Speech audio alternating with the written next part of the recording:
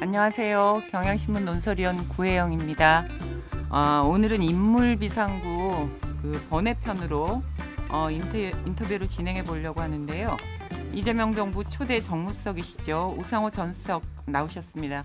안녕하세요. 네, 안녕하세요. 지난 18일 날 정무수석 물러나신 이후로 한 열흘 지났네요. 19일 날 물러났습니다. 네. 네, 하루는 좀 더 쳐주시죠. 네, 그럴게요. 잘 지내셨나요? 네, 뭐 일단 아침이 좀 상쾌해졌고요. 왜냐면 이제 잘 아시지만 청와대는 만성적인 수면 부족에 시달리지 않습니까? 아침 일찍부터 출근을 하기 때문에 일단 아침에 일단 좀 상쾌해졌다 이런 게 있고 이제 6시쯤 깼다가 다시 또 더 자도 되는데 왜 깼지? 그리고 다시 또 들어놓기도 하고 얼굴이 좀 이렇게 맑아 보이지 않습니까? 살은 좀 빠지신 것 같아요. 살은 그 청와대 있으면서 한 3.5kg 정도 빠졌고요. 대부분 다 살이 강원시 실장도 한 5kg 빠졌다가 최근에 한 1kg 정도 회복했고요. 그러니까 이게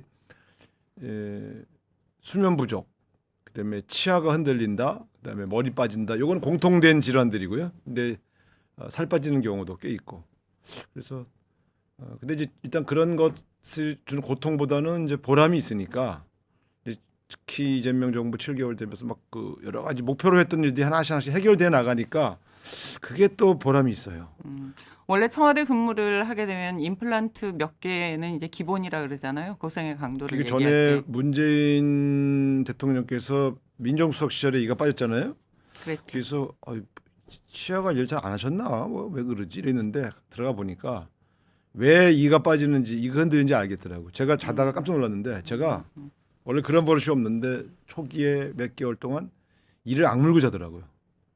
이를 악물고. 예, 자다 깨보면 이를 악물고 있어요. 그러니까 예. 긴장해서 꿈속에서도 계속 대통령이 지시를 하니까 이게 이를 악물고 이렇게 긴장해서 있다 보니까 이게 너무 이제 이 뭐랄까 치아들이 이 가령 부정교합 이런 게 있는 사람들은 거기 어김없이 흔들릴 수밖에 없는 그런 구조죠. 그러니까 되게 긴장 속에서 한다는 게 그런 예기치 않은 그런 여러 질환들을 만들어내는데 한 4개월쯤 지난 다음부터는 다들 조금씩 풀렸어요. 네. 인수위 없이 또 하시느라고 네. 특별히 더 고생 많이 하셨습니다. 네.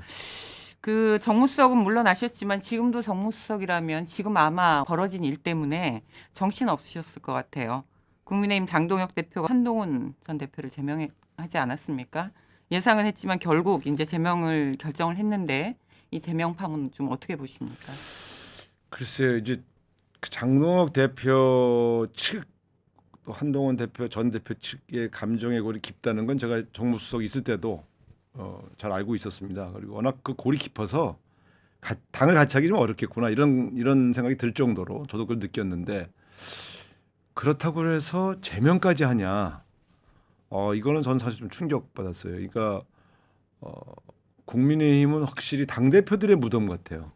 당 대표들의 무덤. 이준석 대표 쫓겨나고 그다음에 뭐 김기현 대표 쫓겨나고 뭐 이쯤 보면 이제 저 한동훈 전 대표도 이제 결국 이 제명이라는 거는 당에서 몰아내는 거니까요. 그렇죠.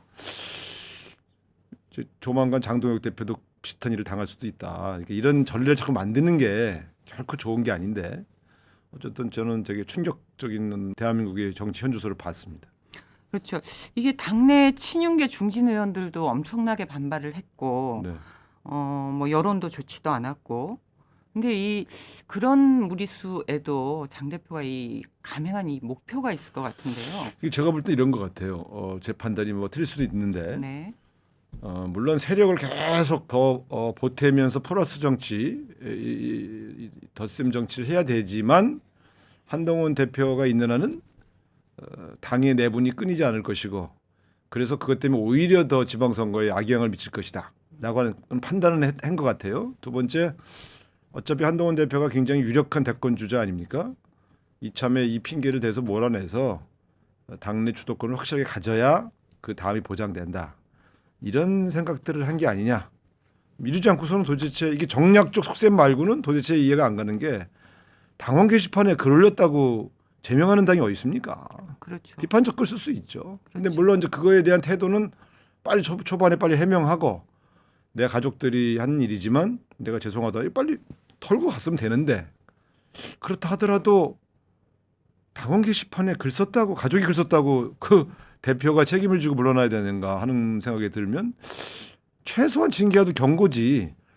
이 제명이라는 건 가령 뭐 부정부패로 됐거나 혹은 사법적인 처리가 임박한 사람이거나 당에 너무 큰 피해를 준 해당 행위자거나 이런 경우거든요.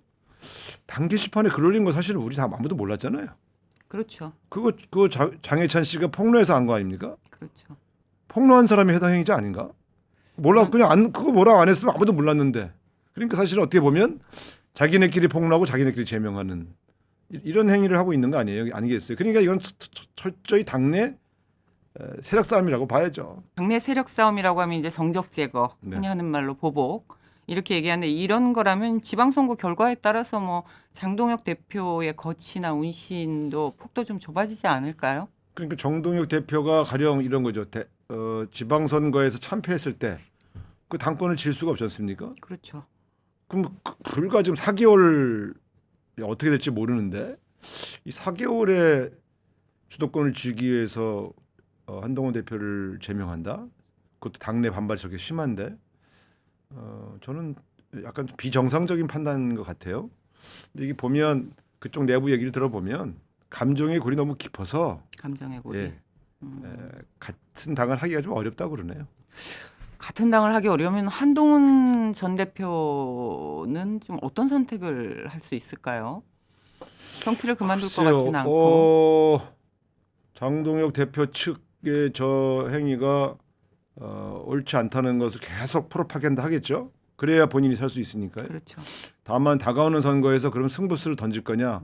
그건 당선 가능성이 높을 때만 가능한데 지금 보면 이재명 대통령의 지지율이 매우 높고 그리고 더불어민주당은 계속 덧셈 정치를 하고 있단 말이에요. 그러니까 구도를 훨씬 더 크게 잡아나가고 있고 저쪽은 반면에 구도가 깨진 거라서 대통령의 지지율이 높고 야권이 분열되었을 때 과연 무소속으로 출마해서 당선될 지역이 있겠나. 그런 측면에서는 승부수를 던질 지역도 마땅치 않아 보여요. 물론 국회의원 재보궐 선거가 좀 있기 때문에 그래서 저는 조금 더 고민을 해보시겠지만 어쨌든 당 바깥에서도 당을 위한 토쟁은 계속한다. 이건 기본일 거고요. 당 밖에서도. 네, 그다음에 당 안에 있는 친한계의 조직들이 계속해서 이 문제에 대한 시정을 요구하게 하고. 그러나 지방선거 다가오면 다가올수록 공청민으로 가면 이제 그게 시들해질 거 아니겠습니까? 그렇죠. 그럴 때에 본인이 정치적 선택을 할 거냐, 아니면 이번 지방선거는 그냥 넘어가고 장동혁 대표가 지방선거 참패한 이후에 물러나는 걸 해서 그때쯤 다시 명예롭게 당에 복귀해서 당 대표로 도전할 거냐, 뭐 등등의 시나리오가 있겠죠. 네. 뭐 아무튼 정치라는 게 야당이 잘 돼야 여당도 잘할 수 있는 거고 그래야 정치도 정상화되는 건데 지금 하신 말씀이 이제 종합을 해보면 내란 이후에 국민의힘이 이제 국민의 신뢰를 받지 못하는 그런 선택과 그런 활동을 지금 계속하고 있다는 그런 우려로 그렇죠. 듣겠습니다. 선거라는 게 가장 중요한 요소가 구도, 인물, 이슈인데요. 지금 구도에서 보면 어쨌든 지금 여권은 계속해서 이 구도가 중도 보수까지 포섭하는 정도의 외연이 확장돼 있는 상태입니다. 사실은. 그래서 지지율이 지금 60%대가 나오는 거고요. 대통령 지지율이. 그다음에 정당도 45%. 저 굉장히 높은 지지율입니다. 정당 지지율이 지금 같은 정치 불신 시대에 40%대가 계속 나온다는 건 외연이 그만큼 확장돼 있다는 거죠. 그런 반면에 국민의힘은 지금 계속 쳐내기 정치를 하고 있어서 지지율이 22%, 18%로 해서 22%를 왔다 갔다 하는 게 사실은 우리나라의 보수 세력이 그렇게 적지 않거든요. 최소한 35%입니다. 근데 문제는 저 범보수가 국민의힘을 지지하지 않게 만들었다는 점에서 장동혁 대표는 선거 대비 측면에서만 본다면 큰 실수를 하고 있다 저는 그렇게 봅니다. 네. 아까 앞서서도 청와대 생활 좀 말씀을 하셨는데 아무래도 이제 정무수석의 이제 본연의 역할이라고 하는 게 뭐 교과서적으로 보면은 여야와 원활히 의사를 소통해서 대통령과 정치권의 통로 역할을 하는 역할. 이게 이제 교과서적인 원칙 아니겠습니까? 이에 더해서 이재명 정부의 정무수석이 역대 다른 정권하고 좀 차별화되는 그래서 더 주력했던 그런 부분이 좀 있으셨을까요? 아니 뭐 역할은 특별히 차이가 없습니다. 다만 이제 그 역할을 충실하게 했냐 안 했냐. 그러니까 가장 중요한 건 결국 소통을 제대로 원활하게 했냐.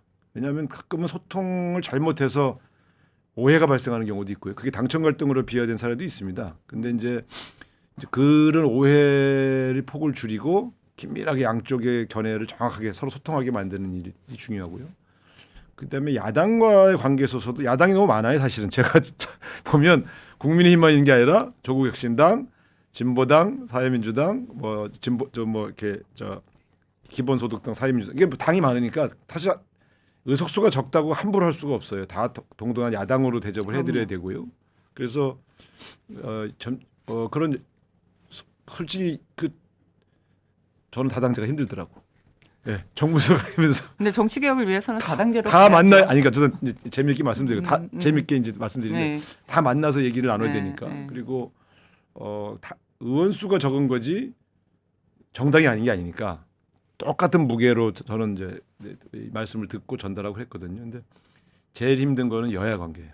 여야 관계. 대통령실과 각종 야당 여당과 관계는 큰 문제는 없었어요. 근데 여야 관계가 경색되니까 특히 정청래 대표 되시고 나서 악수도 안 하니까 이게 저게 대통령한테는 괜찮을까?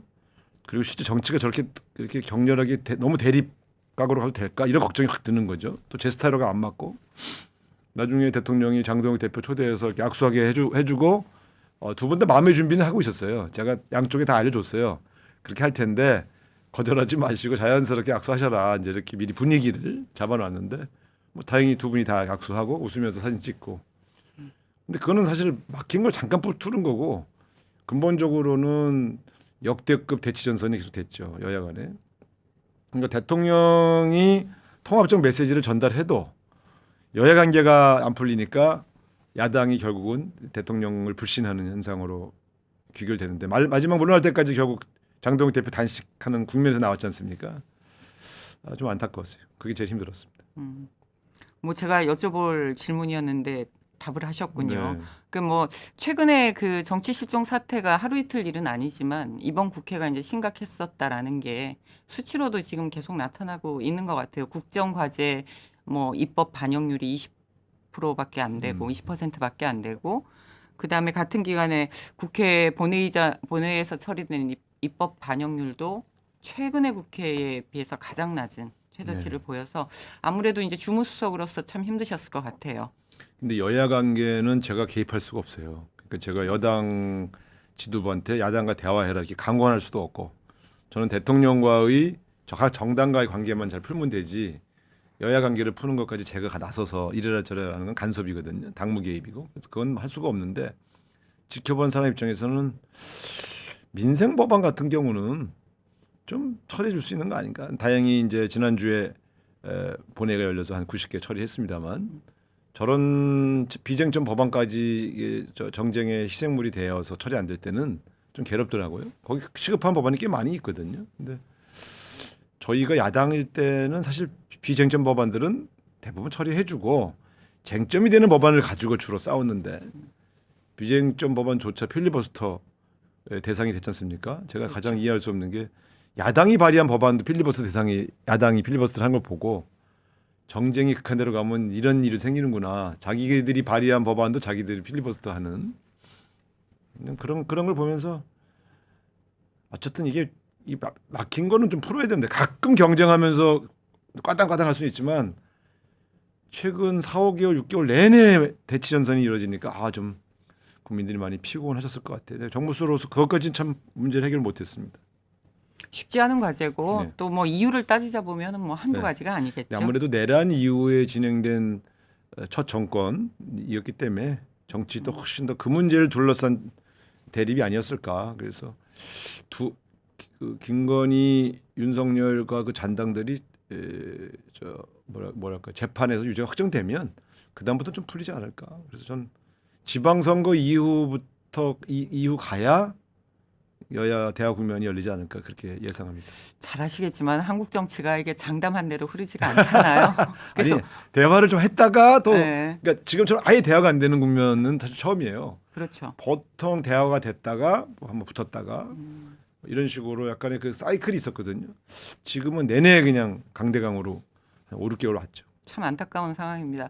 그럼에도 불구하고 뭐 워낙에 조정자 역할을 지금까지 정치하시면서 해오셨으니까 그런 또 비법이 있으시면 후임인 홍익표 수석한테도 잘 전해주시고 수석도 잘할 겁니다. 네. 어떻게 뭐 처음에 우상호 수석이 임명이 됐을 때 이재명 대통령의 강한 리더십하고 원만하고 조정자 스타일의 우상호 수석의 리더십하고 이게 잘 맞을까 이런 좀 걱정을 하시는 분들도 좀 있었어요. 호흡이 좀 어떠셨나요? 아니 잘 맞았어요. 대통령님은 뭐 제가 처음에 성남시장 처음 될 때부터 인연을 맺고 같이 쭉 대화해왔던 오랜 관계가 있어서 이분이 되게 강해 보이지만 사실은 또 굉장히 지금 최근의 모습에서 보자 굉장히 실용주의적이잖아요. 근데 최근에 와서 대통령 되신 다음에 실용주의가 된 게 아니고 성남시장 경기도지사 시절에도 굉장히 실용주의적 면모가 있어요. 근데 그 보도는 세게 주장하는 것만 보도하니까 이분이 갖고 있는 행정가로서의 능력이나 성과가 잘 비춰지지 않는 거죠. 근데 저는 사실 이번에 많이 배웠습니다. 아, 그러셨어요? 예, 저도 행정을 꿈꾸는 사람으로 이제 도지사 나갈 생각을 하고 있으니까 이렇게 옆에서 보면 아, 저거는 내가 잘 그러니까 배워야 할 측면이다. 그러니까 정치인으로만 살던 사람과 행정을 했던 사람의 차이점을 저는 확 느끼는데 굉장히 꼼꼼하게 딱 일을 쥐고 가요. 두 번째는 점검을 아주 세세하게 해요. 근데 이게 옛날에는 만기칠람이라고 해서 욕먹던 건데 제가 보니까 내각을 돌리려면 구체적인 점검을 해야 되겠더라고요. 근데 맡기려면 아니면 내 아젠다다 싶으면 꼼꼼하게 점검을 해서 속도 내게 만드는 방법 이런 걸 좀 앞에서 많이 배웠는데 실제로 지금 우리가 국정 운영에 성과를 내고 있는 몇 가지 중요한 거는 이재명 대통령이 세부적으로 챙기지 않았으면 해결되기 어려운 일들이에요. 저는 그래서 뭐 예를 들면 코스피 5천 저기 지금 저주로 된 거 아닙니다. 각종 제도 이걸 쫙 푸는데 제가 코스피 5천이란 말 안 했으면 좋겠다. 좀 부담된다. 그 말에는 5천을 달성하기 어려울 수 있다는 제 판단이 깔려 있었던 거죠. 근데 그때 상법 문제 뭐 여러 가지 뭐죠 배당 분리과세 이런 문제를 시기적으로 배치를 착착 해나가면서 하나씩 풀어나가는데 이게 다 계산돼 있었어요. 야, 근데 그거를 무슨 반발이 있거나 반대가 있어도 그냥 밀어붙이는 거죠. 쫙쫙쫙. 그러니까 프로그래밍화 되는 거죠. 제가 신기한 게 그거에 따라서 주가가 같이 이렇게 쭉 올라가는 걸 보면서 아 코리아 디스카운트가 실제 진짜 이런 제도의 투명성이 강화되어야만 나아지는 거구나라는 거를 그러니까 옆에서 배우는 거죠. 아 이게 진짜 이분이 갖고 있는 소신, 생각 이게 다 정리되어 있는 거구나. 그리고 실제 그게 시장이 믿고 반응하는구나. 이게 전 되게 신기했어요. 그래서 그다음에 이제 그 미국 관세 협상 해결할 때도 네. 초반에 양보를 세게 했으면 초반에 타결됐어요. 근데 그걸 에이펙까지 쭉 끌고 가면서 나는 이거 깨져도 좋다. 네, 농민들 거 절대 안 연다. 축산. 모든 보도가 그 양보하면서 얻어낼 거라고 예측할 때도 저희 이 참모진하고 대화할 때는 이건 절대 안 돼. 그래서 이게 쭉쭉 끌고 가는 힘이 있는데 제가 보면서 난생 처음 하시는 일일 텐데 이거 어디서 배웠지? 이런 생각이 들 정도로 정말 잘하시다고. 옆에서 많이 배웠어요. 그런 게 정치인 이재명 맨날 그 뭐냐면 농성하고 칼에 찔리고 막 싸우고 이랬던 모습 그다음에 뭐 공천할 때 이렇게 진영과 싸웠던 이런 모습만 보이니까 몰랐던 모습이죠. 실제로는 지금 모습이 이재명 본연의 모습인 것 같아요. 뭐 비판 좀 해달라 그러면 안 해주실 것 같아서 비판은 이제 하자면 좀 가끔 좀 쉬시면서 본인이 쉬어야 참모들도 쉴 거 아니에요. 근데 뭐 공직자는 뭐 휴일이 없다는 둥 쉴 시간이 없다는 둥 하면서 그런 얘기 할 때마다 참모들 얼굴이 어두워지곤 했죠. 그래서 보면서 조금 참모들에게도 휴식을 좀 주시면 좋지 않을까 이런. 세게 건의하세요. 이제 밖에 이제 밖에 있는데 뭐 세게 건의하세요. 후배들을 위해서. 안에 있는 참모들 내가 이런 얘기하면 좋아할 거예요. 그러니까 이제 본격적으로 좀 정치권 내부하고 현안 얘기 좀 나눠보겠습니다. 평소 워낙에 정제해서 말씀하시는 편이기 때문에 특종도 잘 안 주시기로 유명한 정치인이잖아요. 네, 오늘 특별 번외 방송이니까 특별한 자세로 좀 답변 부탁드리겠습니다. 드릴 게 없어요. 네. 현안 얘기 떠나서 하기 전에 이해찬 전 국무총리 별세 이후에 이제 발인 마쳤는데 많은 분들이 추모하고 애도의 말씀이 이어졌었습니다. 이 추모 기간에 이제 우수석께서도 이해찬 전 총리와 좀 각별한 인연이셨죠? 네, 뭐 원래 재하 때부터 잘 알고 그 형님이 이제 초선 의원 시절에도 이제 우리 소위 재하 우리 이제 소위 386이라고 불렸던 운동권 후배들 명절 때 집에 초대해서 떡만둣국 같이 먹은 적도 있고 명절 때 세뱃돈을 안 주시더라고. 떡만둣국만 그냥 먹고 가라고 그래서 그때 지금 이제 사모님이 끓여오셨고 근데 그때 참 인상적이었어요. 관악구에 20평 정도 된 소박한 아파트에서 국회의원인데 그러면서 그렇게 후배들 사실 불러서 저도 국회의원 해봤지만 국회의원이 아닌 바깥의 후배들을 명절 때 집에 불러서 떡만둣국 먹기가 쉽지 않거든요. 그렇죠. 그 사람들이 다 국회의원 됐지만 나중에 근데 그때 많이 이렇게 애정을 가지고 얘기하시고 되게 따뜻한 분이고 근데 제가 가장 이분에 대해서 존경하는 거는 사심이 없는 거예요. 저 정도의 정치인이면 자기 부대 뿌릴 수 있어요. 퍼블릭 마인드. 네, 그리고 대통령 도전합니다. 저 정도는. 근데 항상 킹메이커시잖아요. 한 번 하셨죠? 2007년 대선. 그거는 그냥 뭐 정동영 선배 미워서 그냥 나온 거지 뭐 그게 본인이 되겠다는 생각으로 나온 건가요? 그러니까 그때 막 분당하고 막 이랬던 사람들 미워서 에? 나라도 우리 가치를 지켜야지라고 하는 그 소신이었지 대통령병이 걸려서 나오신 거 아니에요. 내가 그때 그 형님 저 유세하고 그런 거 보면 저게 대통령 되려고 한 사람 유세야 저게 막 그 당내 경선 때 당의 가치는 어떤 거다 이걸 지켜야 된다는 그런 얘기 하려고 나오신 거잖아요. 되게 그렇죠. 찡했죠. 근데 어쨌든 지금까지 보면 항상 남을 도와요. 노무현 대통령 돕고 지금 심지어 김민석 지금 국무총리가 한참 후배인데 서울시장 나왔을 때 본부장이었잖아요. 그거 쉽지 않아요.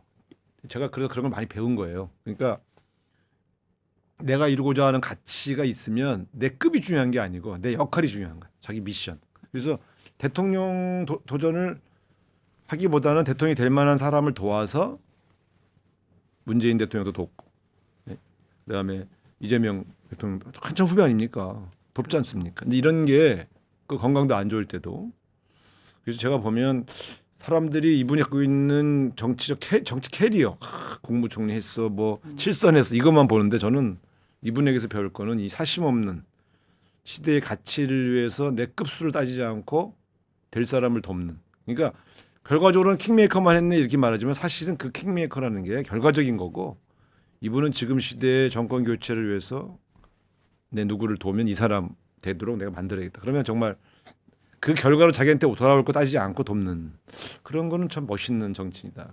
제가 제일 존경하는 게 그런 대목이죠. 88년도 13대 총선에서 그 김대중 대통령의 영입 제안을 우수석께서 받아들이셨다면 아무래도 정치 입문 동기가 되지 않으셨을까요? 그 총리하고. 그렇겠네요. 그렇죠. 그리고 뭐 저도 한 7선 했겠네요. 그쯤 되셨겠네요. 네, 근데 그때는 저는 사실 원래 국회의원은 3선 4선 이상 안 한다는 걸 아예 결심하고 시작을 해서 네. 이제 본격적으로 좀 정치 현안 얘기 좀 나눠보겠습니다. 이재명 대통령께서 이제 통합 실용 인사로 강조하셨던 인사 중에 최근 주목받았던 게 이해운 그 초대 기획예산처 장관 후보자를 지명을 하셨었는데 결국 낙마했습니다. 이 문제 좀 여러 각도에서 짚어볼 만한 문제인 것 같은데 지명 철회를 최종적으로 좀 결정한 요인이 뭐라고 좀 보시는지. 제가 정무수로 있을 때 지명하셨고요. 네. 제가 물러난 다음에 지명 처리를 하셨기 때문에 지명 처리할 때 어떤 대화가 있었는지는 제가 정확히 모르는데 어쨌든 이분이 인사를 함에 있어서 한 서너 가지의 기준을 갖고 계시는 거예요. 지금 보면 하나는 적재적소. 그러니까 가령 김정관 장관이나 AI 수석이나 가기부총리 이런 분들은 철저히 기업 생리를 잘 알고 실물 경제를 잘 아는 최고의 전문가. 그 분야의 베스트를 쓴다. 이건 있어요. 또 하나는 정치인 중에 쓴다 그러면 그 정치인 중에서도 그 분야에 가장 오래 했던 사람, 할 수 자격 있는 사람. 물론 본인하고도 친분이 좀 있어야 되고. 세 번째가 중도 보수 진영의 인사를 꾸준히 지금 쓰시려고 하거든요. 그거는 모두의 대통령이 돼야 되겠다. 그다음에 또 하나는 정책이라는 게 너무 한쪽 편의 얘기만 듣다 보면 치우칠 수 있다고 하는 경계가 늘 있어요.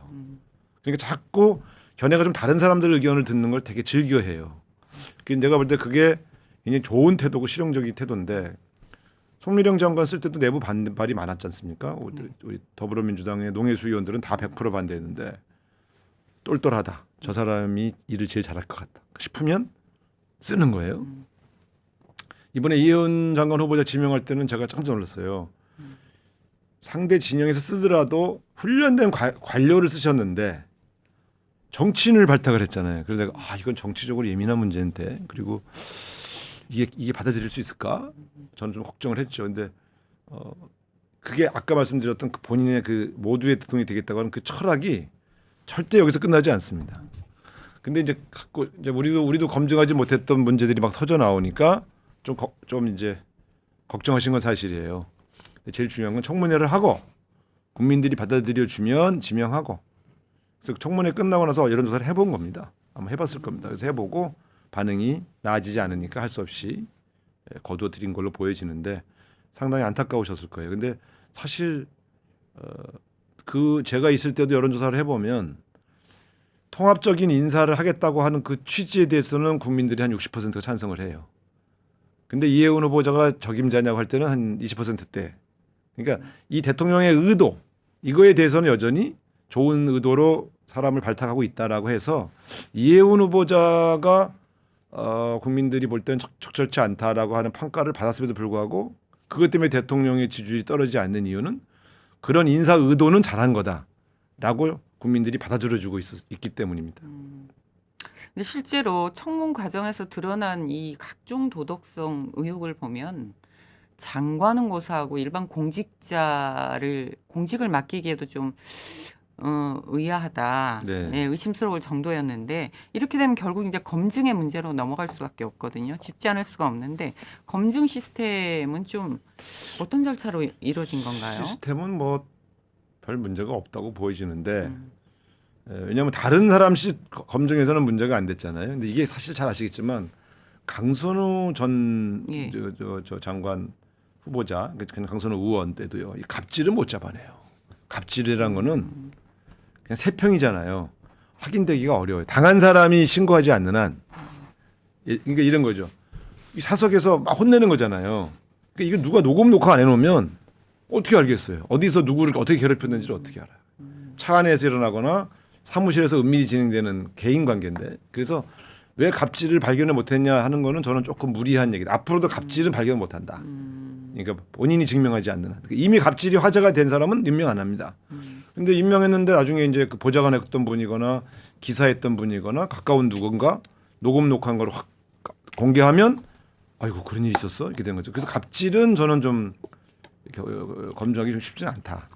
다만 이 부동산 소유 요거가 좀 문제인데 사실은 이번에 결정적인 거는 그 문제입니다. 가령 한 3, 40억의 시세 차익을 아직 실현된 건 아니지만 어쨌든 올랐는데 어쨌든 이득을 얻은 거죠. 근데 이게 합당한 절차를 거치지 않았다고 하는 건데 이거를 왜 정리를 못했냐 하는 것은 아마 조금 내부에서 점검을 해볼 겁니다. 그러니까 서류 낸 것과 본인이 작성한 것만으로는 발견하기 어려운 측면이 있었는 건지 가령 그 자녀의 실거주 문제가 요거는 아마 지금 내부에서 들여다보고 있는 것으로 알고 있습니다. 어쨌든 시스템이라는 거는 전체적으로 보면 앞으로도 계속 이런 실패해서 배워서 이런 걸 그다음에 어떻게 찾아낼 거냐 하는 것들을 이제 당연히 보완을 하죠. 그래서 지난번에도 몇 가지를 보완했었거든요. 네. 인사 검증 실패를 통해서 계속 보완을 해 나가는데 전체 시스템이 잘못된 거냐 이렇게 접근하면 이제 제가 그거는 약간 변명 삼아 말씀을 드린 겁니다.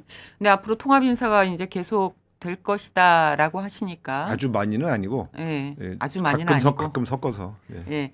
그럴 때마다 이제 통합과 실용, 그다음에 그래도 민주당의 어떤 가치라든가 국민 공감 이런 부분에 간극이 생길 수밖에 없을 텐데 그런 간극이 생길 때 좀 기준 같은 게 있나요? 인선의 원칙이라든가. 아니 지금까지는 사실은 이런 거죠. 이런 중도 보수 인사를 발탁하거나 채용할 때는 전적으로 대통령이 결정하지 않습니까? 저한테 물어보시면 저는 항상 소극적으로 대꾸를 하거든요. 근데 남다른 판단력이 있어요.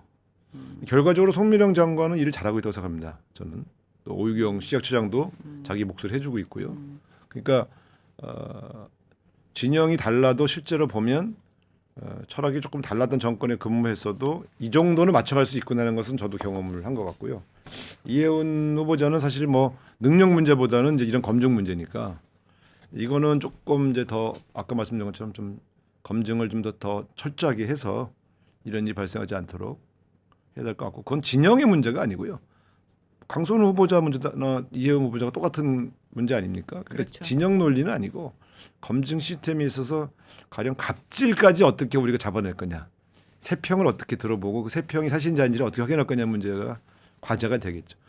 이런 어떻게 보면 이제 개별적인 관계에서 드러난 문제가 국민들에게 더 많은 상처를 주는 경우가 있어요. 그래서 그냥 잡아낼 수 없다. 이거 하는 현실론은 있지만 가능한 한 세평을 좀 더 깊숙하게 들어보자. 뭐 이런 얘기는 저도 그렇죠. 국민 눈높이가 아무래도 이제 네. 많이 높아진 부분 또 정치권이 그런 거에 부합도 해야 되고 네. 아까 조금 더 영입할 인사가 있다라는 말씀 때문에 추가로 여쭤보는 건데요. 아니 지금 뭐 사람을 정했다는 게 아니고요. 네, 네. 지금 아까 말했던 앞으로 인사에서도 가끔 그런 분을 데려올 가능성은 있다. 왜냐하면 대통령이 임기 내내 그런 인사 철학을 원칙을 가지고 가시겠다고 생각하고 있는 것 같아요. 또 하나 굉장히 큰 뉴스였는데 지난 22일 날 정청래 민주당 대표가 조국혁신당에 합당 제안했습니다. 네. 그 뭐 두 분 다 말씀 들어보면 지방선거 승리를 위해서 가야 할 길이라고 정 대표가 말씀하셨고 조국 대표도 국민의 마음을 따라 결정하겠다고 해서 이거 사실상 통합이 현실화하는 분위기인데 네. 이 지방선거 승리 또 이런 목표 이외에도 이 두 당 모두의 이런 통합이 이런 긍정적인 효과를 가져올 거라고 좀 기대를 하고 계시나요? 그 제가 쓴 책을 한 번 더 보셨다고 하셨으니까 거기 제가 규정한 게 우리 민주당의 역사는 분열과 통합의 역사다. 그리고 항상 통합을 추진하는 시기에 선거에서 승리했다. 그렇게 서술을 제가 했는데요. 네, 그리고 그 통합이 있을 때마다 제가 항상 통합화에 몸담고 그러셨죠. 통합을 추진해 왔지 않습니까? 그 보면 선거 앞두고 통합하지 않고 승리한 적이 없어요. 그러니까 사람들이 지금 지지율 없다고 자만하고 있는데 2010년에요. 그때 분위기 나쁘지 않았거든요. 노무현 대통령 돌아가시고 나서 그 뭡니까 정세균 대표 시절에 예, 예. 제가 그때 대변인으로 있었고 예. 그때 야권 연대 소위 민주진보 지정 야권 단일화 작업을 윤호중 지금 현 행안부 장관이 했었어요. 네, 네. 그때 실패했거든요. 그때 서울 경기 선거 졌습니다. 그렇죠. 네. 한명숙 총리 후보 떨어졌고요. 유시민 후보가 경기도지사 떨어졌지 않습니까? 취약 지역인 강원, 인천, 경남, 충남에서만 이겼죠. 그러니까 야권 연대가 그때 진보당 그때 통합진보당인가요? 그때 우리 야권 연대 하려고 했던 그 통합진보당하고 통합 협상이 너무 힘들었어요. 전국적 협상이 안 돼서 깨고 각 도별로 해라. 도별로 야권 연대 안 한 데는 다 떨어졌고요. 네. 유일하게 된 데가 야권 연대 한 데는 다 이겼고 야권 연대 안 한 데 6인 데는 안희정 후보가만 충남에서 당선됐어요. 그러나 노무현 대통령 돌아가신 이후의 선거라는 점을 고려해야 되겠죠.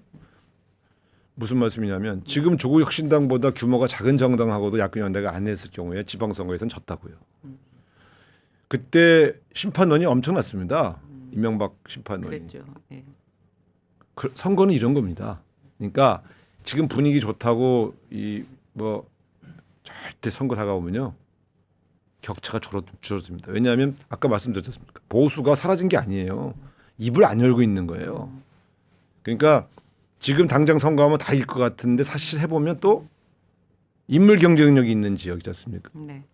저는 지금 서울시장 선거 오세훈 후보 나온다고 칠 때 만만치 않다고 보는 사람입니다. 서울은 절대로 격차를 벌려주는 데가 아니에요. 그러니까 이재명 대통령의 지지율로만 보면 서울 선거는 이긴 거죠. 정당 지지율로만 봐도 이긴 거죠. 그렇지가 않습니다. 인물 대비해 보면 초경합이에요. 어떻게 조사하는 것에 따라 다르긴 하죠. 그래서 저는 그 선거를 앞두고 방심한 쪽은 무조건 진다. 방심이 곧 오만이다. 그래서 저는 선거 승리를 위해서도 단합돼야 되고 만약에 조국혁신당이요 이번 선거에서 후보를 탁 냈는데 지면 조국혁신당도 사실 살기가 힘들잖아요. 서로 살아야 돼요. 그렇지 않습니까? 왜 우리끼리 경쟁해서 내란 세력 좋은 일 시킵니까? 그런 측면에서 본다면 그 통합 자체 이번에 그 절차는 좀 문제가 됐어요. 제가 봐도 정 대표가 도대체 왜 저런 식으로 전격적으로 했는지는 그 이해 그 마음은 뭐 왜 그런지 알겠지만 그거 옳지 않아요. 그러니까 그거는 김민석 총리 말이 맞아요. 아무리 그래도 내부 상의는 하고 지도부 내부 상의는 했어야지. 그렇지 않습니까? 지도부를 믿어야죠. 그분들이 그 보안 때문인 모양인데 내부의 견해가 다른 사람도 있고 보안 때문이라 하더라도 아니 외부와 통합하면서 내부를 선통합하지 않고 어떻게 통합을 해요? 그렇죠. 그러니까 결국 지금도 통합이 확 빨라지지 못하는 이유가 내부에서 반발 때문에 이런 거 아닙니까? 예?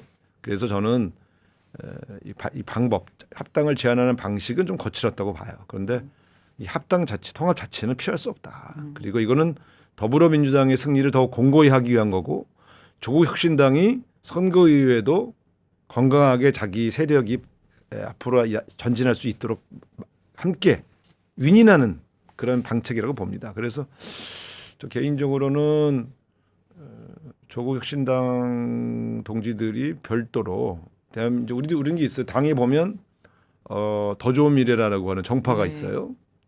그런 식으로 뭐 등록제까지는 아니더라도 독립적인 정파로 모임을 만들고 옛날에 과거에 우리가 열린우리당 때 의정련, 참정련 있던 것처럼 그런 형태의 영구 정파 조직은 저는 허용하면 된다고 봅니다. 그래서 우리가 연합을 하고 연대를 한 목적은 공동의 승리를 위해서니까요. 그래서 뭐 DNA 얘기를 했는데 그 DNA를 유지하면서 독자적인 활동의 폭을 열어주고 그리고 공동의 승리를 위해서 같이 노력하는 필요가 있다고 보여지죠. 근데 이제 조국 혁신당이 요즘 이제 많이 강조하는 얘기가 DNA 말씀하셨던 거 네. 민주당 왼쪽에서 지켜왔던 여러 가치들 뭐 사회 대개혁 과제들이 많지 않습니까? 그 얘기해왔던 과제들을 훼손할 수 없다는 아주 완곡한 표현일 텐데. 저는 그거 동의합니다. 그러니까 근데 그게 밖에서 그 동지들이 경험했을 거예요. 민주당의 대표들이 사인했는데 물론 전 대표죠. 박찬대 대표가 사인했는데 대표 바뀌니까 안 지키잖아요. 혹은 소극적이잖아요. 밖에서 막 해달라고 뭐 얘기를 해. 저도 많이 만나봤고 그 총리실 산하에 만들었고 제가 볼 때는 밖에서 막 해달라고 뭐 사실 약간 조금 뭐 이렇게 자존심도 상해요. 사실 그 약속인데 당연히 지켜야 되는데 안 지켜준다고 주장하는 거거든요. 저는 안에 들어와서 주장이 훨씬 더 영향이 있다고 봅니다. 의청할 때마다 나와서 발언하고 아니 이거 여기 박찬대 전 대표 계신데 약 사인했지 않냐 이거 왜 안 지키냐 막 이렇게 의청에서 발언을 해줘야 셀 거 아니에요. 저는 그렇게 본다면 밖에서 지키는 방법이 있고 안에 들어와서 지키는 방법이 있는데 그걸 지킬 자신이 왜 없겠어요. 아까 말씀드렸어요. 독립적인 정파를 만들어가지고 계속해서 이 안에서 바로 그 개혁 과제를 실천하기 위한 내부 투쟁을 하시면 훨씬 더 의미가 있지 않을까요? 통합의 효과를 좀 극대화하는 가장 현실적이면서도 궁금해하는 게 그럼 조국 대표가 어떤 선택을 하는 게 좋을지 본인의 출마 문제라든가 이런 거 포함해서 조언을 하신다면 좀 어떤 조언을 해주실 수 있을까요? 저는 조국 대표는 소중한 우리 여권의 자원 아닙니까? 네. 물론 이제 조국 대표에 대해서 여러 가지 또 뭐 불만이 있는 분들도 있죠. 그러나 정치적으로 소중한 자원인 건 틀림이 없어요. 그래서 저는 이분이 국회에 들어오는 게 맞다고 봅니다. 국회에 들어오는 게. 왜냐하면 정치 경험을 좀 해야 돼요. 그래서 국회의원으로서 너무 짧게 활동했잖아요. 그래서 네. 국회의원으로서 좀 활동을 하면서 잘 보시면 알지만 정치적으로 훈련되어야 이분이 지도자로서 성장할 수 있어요. 그런 측면에서 본다면 어디 단체장 나가야 된다 이런 사람도 있는데 저는 이분은 국회의원으로서 조금 더 긴 기간을 조금 활동을 하셔서 정치적으로 좀 더 다듬어져야 된다. 훈련되어야 된다. 그게 앞으로 대한민국의 미래에 도움이 된다. 이렇게 생각합니다. 정치 선배로서 조금 더 조언을 해주신다면 뭐 지역까지도 좀 정해주시죠. 그걸 제가 본인이 지역을 자기가 정하는 거예요. 정치인이 지역구를 남이 정해준 대로 가면은 그 정치인 여기가 좋을 것 같다. 뭐. 저는 부동산 중개소가 아닙니다. 네. 예, 또 광역단체 행정통합 관련해서 오늘 광주 전남 특별시가 특별법 내용이 이제 공개가 됐어요. 근데 이제 좀 우려했던 내용들이 좀 담겨 있기는 해요. 이제 제왕적인 어떤 지자체장의 권한 이런 부분들 앞으로 국회 심의 과정에서 좀 걸러질 수 있겠는데 큰 틀에서 어찌됐든 지역 분권이나 균형 발전의 흐름으로 가고 있는 건 맞는 것 같습니다. 근데 광주 전남에 비해서 대전 충남은 좀 난항을 겪고 있는 것 같은데 세종 충북의 요구도 좀 있고요. 이게 예상대로 지방선거 전에 행정 통합이 좀 완료되는 분위기인가요?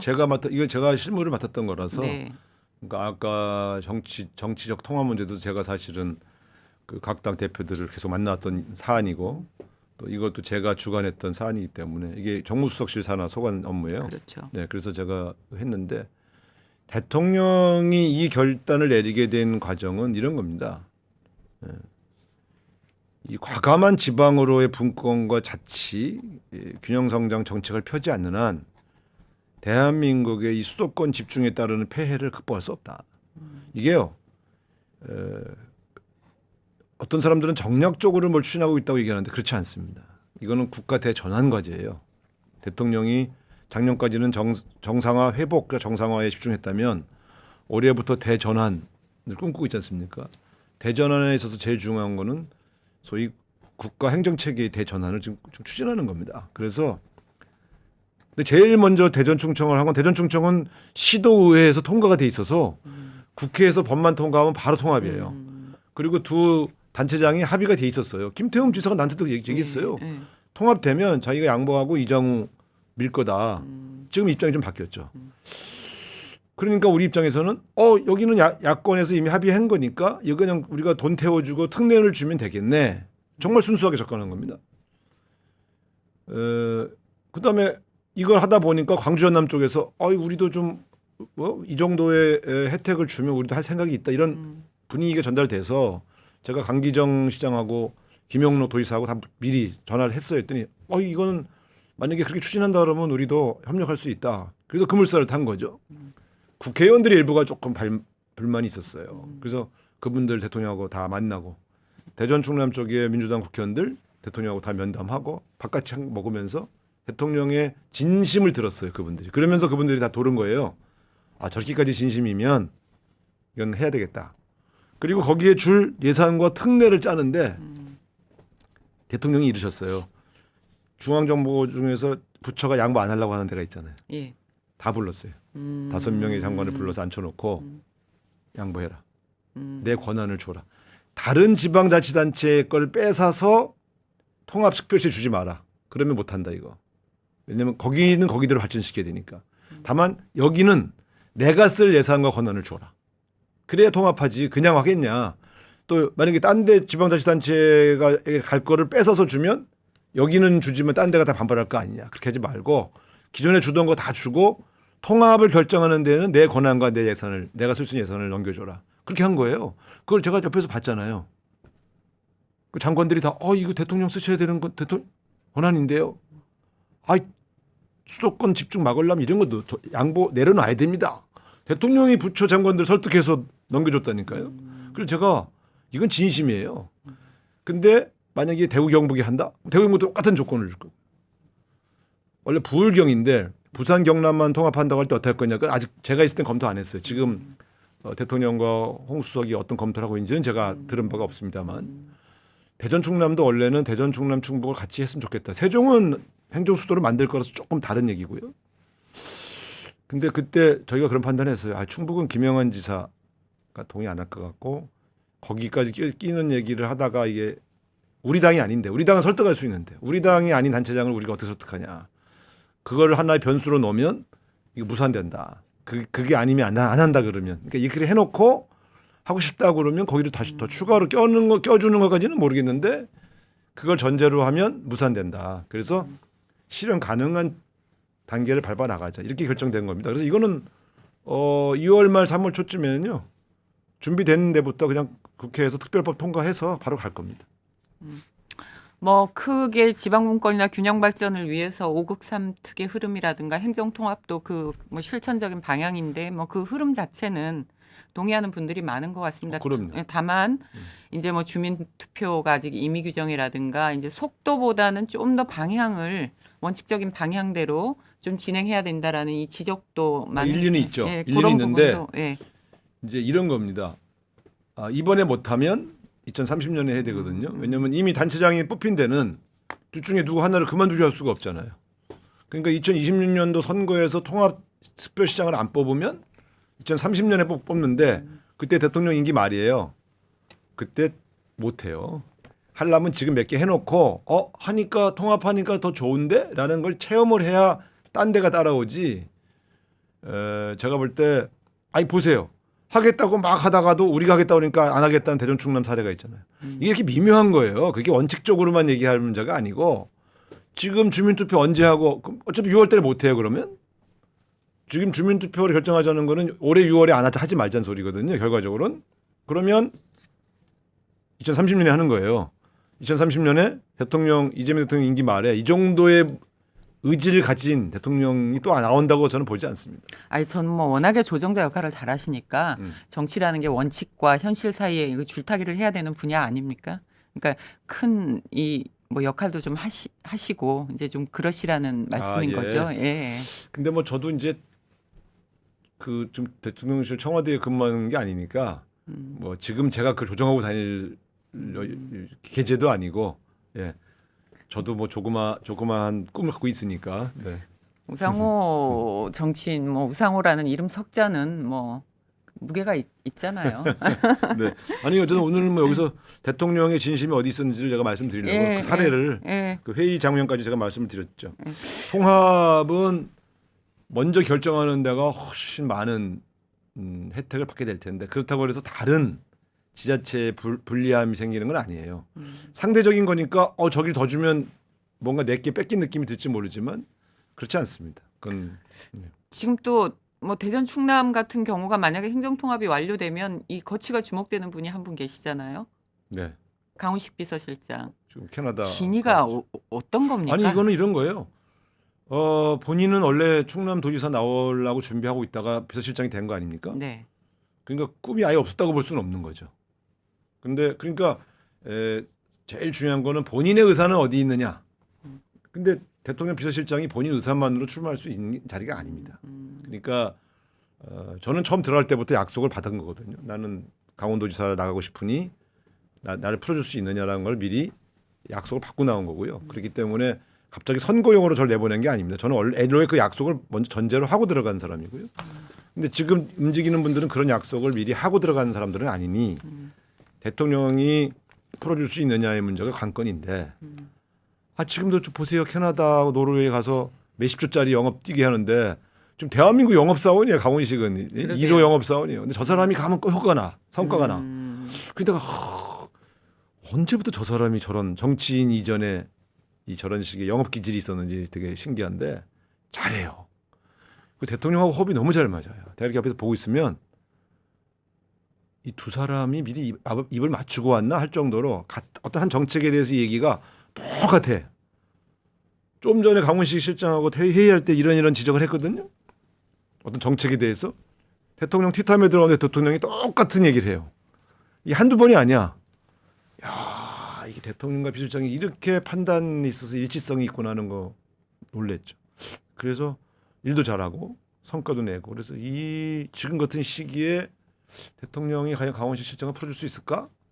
저는 그런 측면에서 약간 회의적인 생각을 갖고 있어요. 근데 아주 인간적으로 보면 강원식 실장 고생 많은데 지금쯤 뭐 풀어줘도 좋겠네. 이제 이런 정도의 저의 마음이지 대통령의 생각은 물어본 적이 없어요. 아무튼 뭐 설 전후로 해서 좀 뭐 윤곽이 좀 드러나겠죠. 근데 아마 어려울 거예요. 대전 충남 통합을 강훈식 실장 때문에 한 건 아니니까.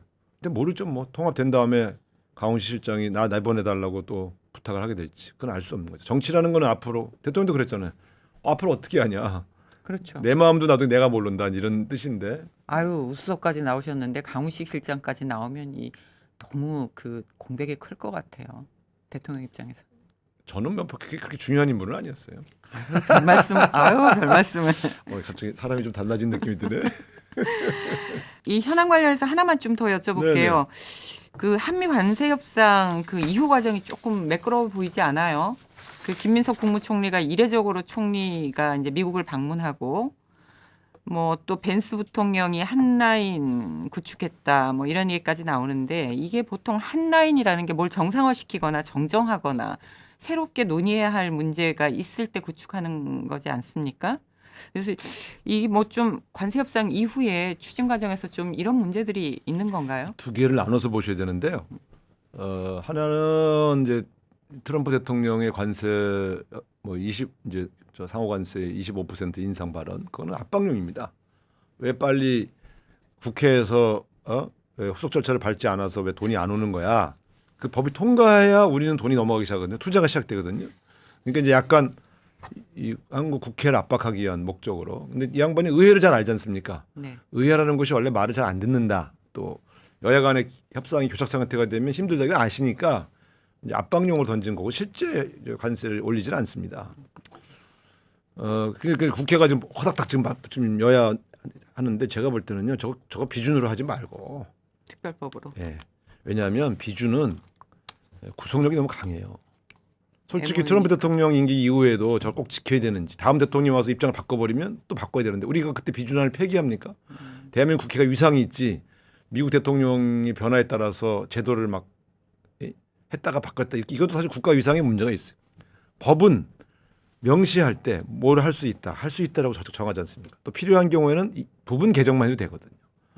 근데 비준안을 만약에 바꾸려면 폐기해야 되지 않습니까? 그렇죠. 그거는 국가 위상 문제도 있어요. 그래서 저는 뭐 야당이 주장은 심도 있게 국회에서 심의를 하자는 취지니까 그럼 법을 바꾸면서도 법을 제정하면서도 충분히 심도 있게 팩트시트 놓고 심도 있게 심의할 수 있거든요. 그러니까 저도 국회의원을 해봤지만 특별법을 다루는 과정과 비준안을 다루는 과정에 뭔 차이가 있어요. 국회 심의는 똑같거든요.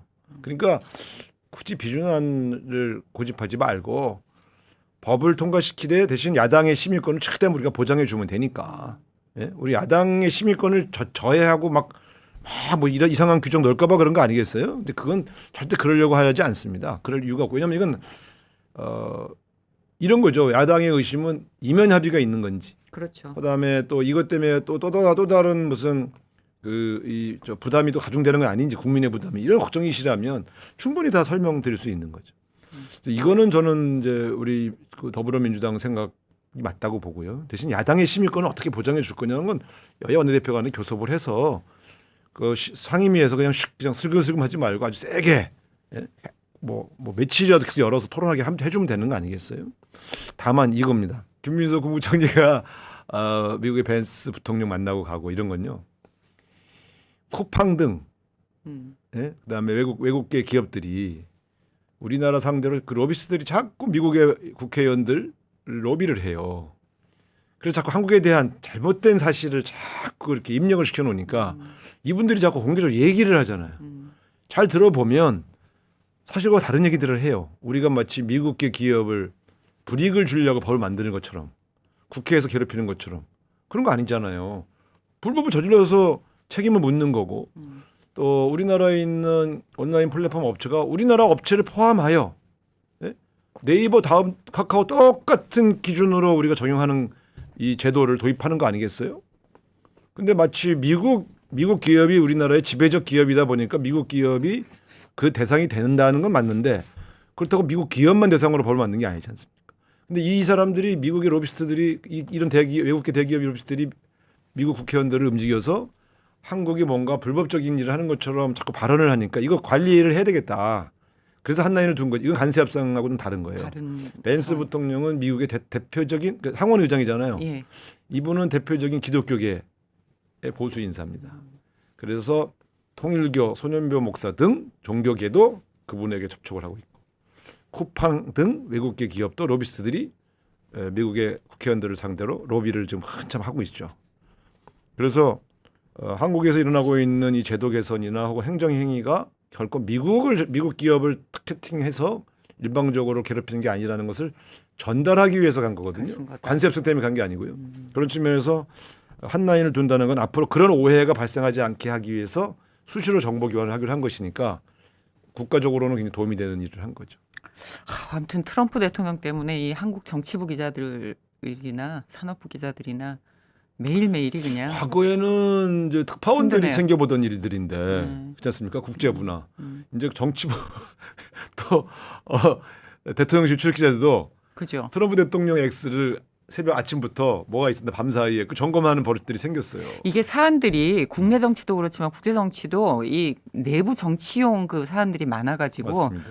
이 스트레이트는 뭐 발생한 데서 쓴다고 해도 박스 기사의 몫은 여전히 이제 정치적인 해석이 필요한 부분이 굉장히 많아진 것 같아요. 그러니까 제가 대통령실에 있을 때 옛날 정무수석들한테 물어봤더니 무슨 미국 대통령 문제 때문에 정무수석의 입장을 물어오는 전화가 빗발친 적은 없다. 거의 FTA 협상 때 빼고는 한미 FTA. 저는 거의 일주일에 한두 번씩 그 미국에서 이렇게 하는데 한국은 어떻게 할 거냐 이런 질문을 정말 어마어마하게 받았어요. 그만큼 한국의 위상이 높아진 걸 수도 있고 미국이 주는 한국 정치 혹은 한국 상황에 대한 영향력이 워낙 과거처럼 동맹 수준에서 무조건 그냥 믿고 맡기는 수준은 아니다 하는 그런 상황 변화도 이제 확인해 주는 거죠. 그러니까 동맹이지만 정말 전형적인 우방으로서의 태도냐? 결국은 자기네 국가 이익을 위해서는 동맹에 대한 압박도 서슴지 않는다. 그렇죠. 그럼 우리 어떻게 할 거냐? 이제 이런 문제로 우리가 사실은 뉴 노멀을 한 4, 5년은 그렇게 살아야 돼요. 그런 측면에서는 야당도 이 문제에 있어서는 좀 정치 진영의 논리로만 할 게 아니라 국익 논리로 같이 해주셨으면 좋겠어요. 아유, 이 와중에 또 야당에 대한 당부까지. 네. 예. 뭐 거의 이제 마지막 질문으로 향하고 있는데 6.3 지방선거가 얼마 남지 않았습니다. 한국 정치로 보면 길게 남은 거죠. 그렇죠? 네. 얼마 전에 제가 우수성님 트위터를 보니까 강원자치특별도 우상호 이렇게 좀 간판을 바꾸신 것 같아요. 그리고 3월 2일 날 보니까 원주에서 또 출판 기념회를 네, 하시고요. 3월 2일 날 준비하고 있습니다. 근데 뭐 본격적으로 이제 링 위에 오를 준비 끝났다고 이해하면 되는 거죠? 2월 초순부터는 이제 주 무대를 춘천으로 옮길 거라서요. 이제 춘천으로. 이사도 갈 생각이고요.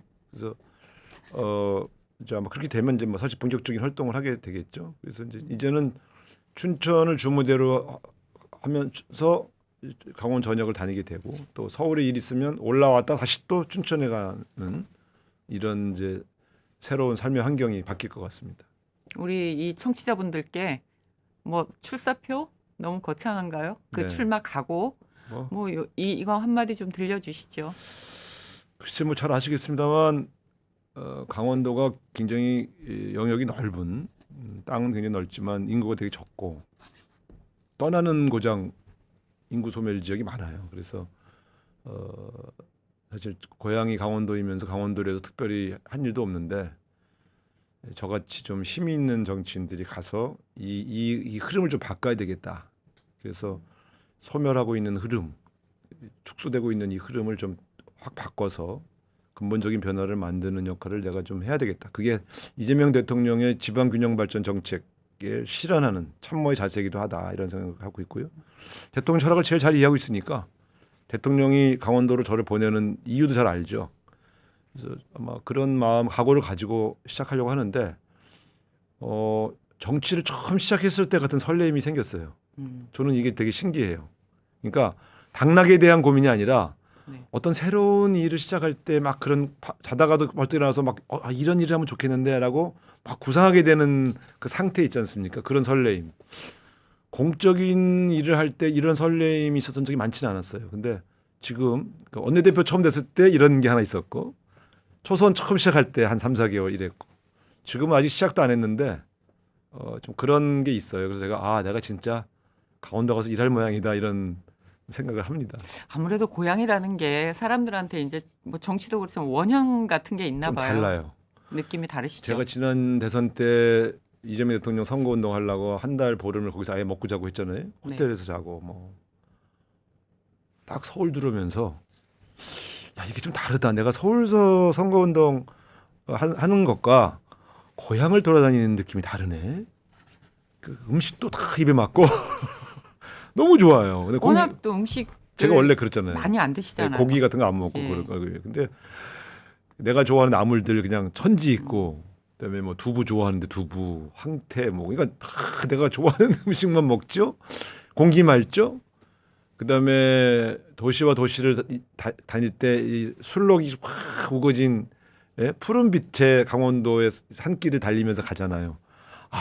이게 선거 운동을 하는 건지 막 그 느낌이 저거 되게 행복했어요. 그래서 아 이게 좀 다르구나. 새로운 정치의 삶에 주는 설렘도 있고 고향을 다니는 재미가 좀 남달랐던 것 같아요. 이광재 전 지사하고는 굉장히 절친이시잖아요. 그렇죠? 뭐 워낙 설 전에 입장을 발표하신다고 하시는데 네, 좀 저도 떨리는 마음으로 떨리는 기다리고 마음. 있습니다. 네. 아, 근데 뭐 어쨌든 뭐 워낙 친하고 절친이시죠. 예, 제 대학 후배기도 하고 또 두 분의 거물이 이제 이렇게 등장을 한 적이 없는 것 같은데요. 그래서 강원도 도지사 관련된 기사가 김진태 지사하고의 얘기보다는 오히려 이광재 전 지사와 우상호 얘기가 더 많이 회자되고 강원도의 주민들도 그 얘기를 더 많이 하신대요. 그러니까 그 정도로 화제가 된 건 사실인데 어쨌든 제일 좋은 건 이제 둘 다 윈윈하는 게 제일 좋은 해결책일 텐데 어쨌든 잘 지혜를 서로 모아보겠습니다. 예. 마지막 질문 하나 드릴게요. 아까 5국 3특 뭐 다들 고체제가 지금 계속 흘러가고 있고 행정 통합이 지금 이루어지고 있는데 강원도가 그 특별자치도이기는 하지만 이 흐름 속에서 지금 역차별에 대한 내부 우려도 좀 있는 것 같아요. 네. 예, 그래서 혹시 이 강원도가 이 흐름 속에서 좀 어떤 위상을 가져야 할지 그리고 이 방송 나오신 김에 필요한 지원 있으시면 아니 근데 이거는요 네. 이런 겁니다. 이제 지금 통합이 진행되고 있는 광역 지방 정부가 아닌 데는 네. 혹시 우리한테 주려고 했던 거를 빼서 저쪽을 더 지원하나 이런 의심들이 있어요. 아까 그래서 제가 설명을 드린 거예요. 기존의 광역 정부에게 주기로 한 예산이나 혜택을 줄이지 않습니다. 그러니까 그거는 대통령 걸 내려놓고 주는 건데 상대적으로는 좀 배가 아플 수 있죠. 어이씨 저기는 저기 주는데 우리는 왜 안 줘 이럴 수가 있고 특히 특별자가 들어가 있는 3특 강원, 전북, 제주도가 우리는 그러면 이름만 특별하고 뭐 주는 게 없어 이런 마음이 있을 거예요. 요건 2단계로 준비되어 있습니다. 그 제가 짤 때도 통합 대전 충남과 광주 전남으로만 너무 가려고 하는 거 일부를 제가 약간 따로 챙겨놓은 게 있어요. 그래서 그거는 아마 섭섭지 않게 또 지원하게 될 거고요. 아마 이 3단계로는 그 세 군데의 특별자치도에 대한 특례도 기존의 통합특별시께 완성되면 일부를 더 열어서 특별자치도에 주었던 특례를 더 확장할 겁니다. 확장. 예. 그래서 근데 지금 일단 통합에 주력하고 있기 때문에 이게 눈이 안 띄는 건데요. 지금 통합특별시에다가 줄 수 있는 거를 왜 특별자치도에 못 주겠어요? 근데 그거는 이제 또 검토해야 될 것들이 있어요. 그래서 재원과 같이 가야 되거든요. 그래서 그런 것들은 조금 더 통합특별시에 대한 통합 작업이 마무리되면 그 후에 따라가게 될 것이고 제가 직접 그거를 점검했었기 때문에 제가 제일 잘 알죠. 네. 그리고 세 번째는 그런 거죠. 그게 아니더라도 기존에 있는 법이 할 수 있다로만 열려져 있지 않습니까? 그렇죠. 그러면 강제하는 방법은 억지로 강제하는 게 아니고요. 중앙정부를 잘 설득해서 권한을 가져가는 거예요. 사업도 가져가고. 근데 세 개의 특별자치도가 상황이 다 달라요. 똑같이 나눠줄 수가 없지 않습니까? 지금도 보면 대전 충남특별시와 광주특별시 법안 내용이 다릅니다. 특성화가 다르기 때문에 그래요. 여기는 이 특성화를 원하고 저기는 저 특성화를 원하니까 법안 내용이 똑같지 않거든요. 그런 것처럼 강원도만의 특별한 발전 전략을 짜서 그걸 법안에 담거나 사업에 담아서 중앙정부로부터 지원을 받는 그런 노력이 필요하지 않을까 이런 생각을 합니다. 그 뭐 생각이 또 구체화되시면 뭐 저희가 한 번 더 네. 다시 모셔서 네. 말씀 듣고요. 이제 인터뷰 마칠 시간인데 제가 그 우수성님 인터뷰 하러 오기 직전에 그 박래군 인권재단 사람 이사장 아주 대학 친한 친구시잖아요. 제일 친한 친구죠. 그렇죠. 응원을 보내왔어요. 제가 우수성님 인터뷰 한다고 하니까. 걔는 30년간 저를 응원한 적이 없어요. 그래서 제가 전해주겠다 그랬더니 내 친구 상호야. 누구와도 대화가 가능한 누구와도 허물 없이 친하게 잘 지내는 뭐 내 친구 상호야. 강원도에서 꼭 그 원하는 바 이루기를 내가 응원한다. 꼭 전해달라고 하시더라고요. 네. 예, 방송 마치고 나가시면 감사 전화 한번 하시죠. 아니 왜 나한테 얘기 안 하고 왜 구혜영 기자에게 얘기했을까? 샤이 하잖아요. 아니, 저한테 안 샤이하다니까. 네, 이제 긴 시간 고생 많이 하셨습니다. 우상호 수석님 오늘 나와주셔서 정말 감사드립니다. 네, 고맙습니다. 예. 네, 저는 또 찾아뵙겠습니다. 고맙습니다.